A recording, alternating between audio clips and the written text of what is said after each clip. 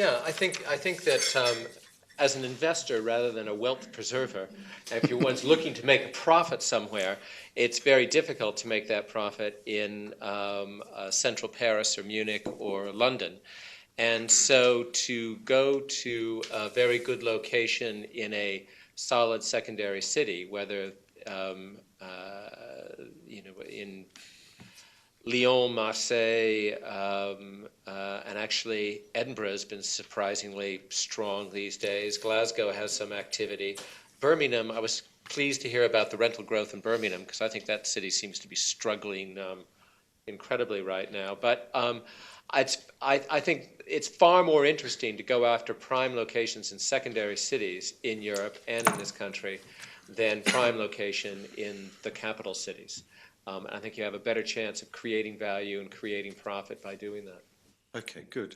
Andrew, are you also looking through in terms of the UK through into secondary cities and also through Europe? Is that an area that you're looking for, or do you concentrate more on prime?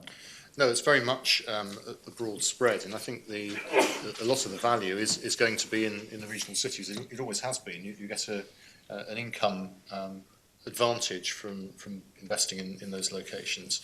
I suppose our model is really to try to invest like a local institution in all the markets where we take our clients. And so we have a very broad local network.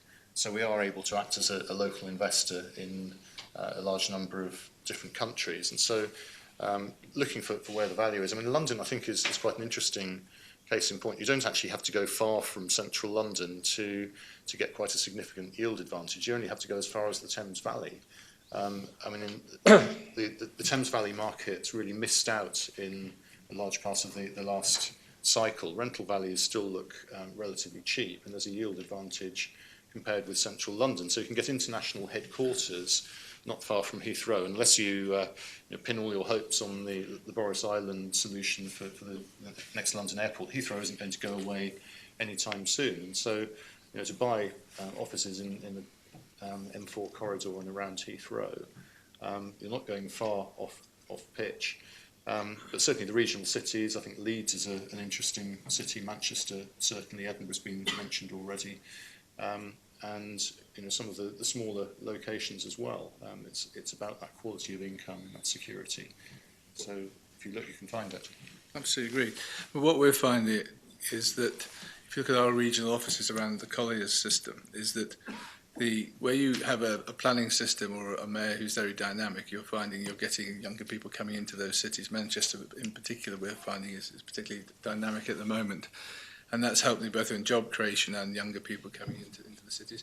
In Europe, again, it's local knowledge, is what Andrew says, that you need to have that local expertise. But there's no doubt the regional offices work. One of the things on the Thames Valley, you've got Crossrail, which of course will go west as far as Reading, and I think that will have an impact. And then you have the business parks or the office buildings where you have the old car parking ratios as well, which are much better than the new ones. So those are certainly types. And I can never say it, but it's Huawei, I think, the Chinese, I can't say it, it's the Chinese telecom company. They've just moved from Basingstoke up to Oxford Properties Business Park at Reading, taking 146,000 feet. But the point about that is they wanted to be in the Thames Valley to be close to their competitors, in effect, or the people that they work with. And I think that's an example of where you're going to have, as you say, west of London, a strengthening of that market for occupiers. Huawei, that's the name of the company.